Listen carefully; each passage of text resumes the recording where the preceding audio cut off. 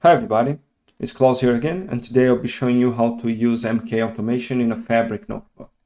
So let's go ahead and open a notebook. And the first thing I have to do to use Measure Killer as a package is to upload the WHL file.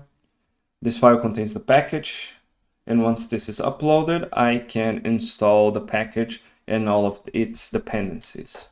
It is done, then I will just import and authenticate with this cell.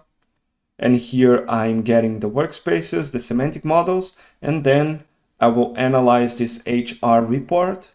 This HR report is a semantic model. My goal here is to see which measures and columns are used or if they are not used at all. So let's do that.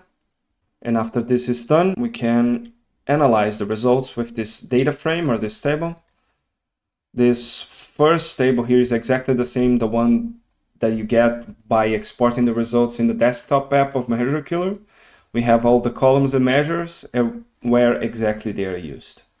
We can go even further and simplify this table by removing some of the columns. And here we have a list of all the columns and measures and if they are used or not. So that's it. That's a very simple example with MK automation. Thank you.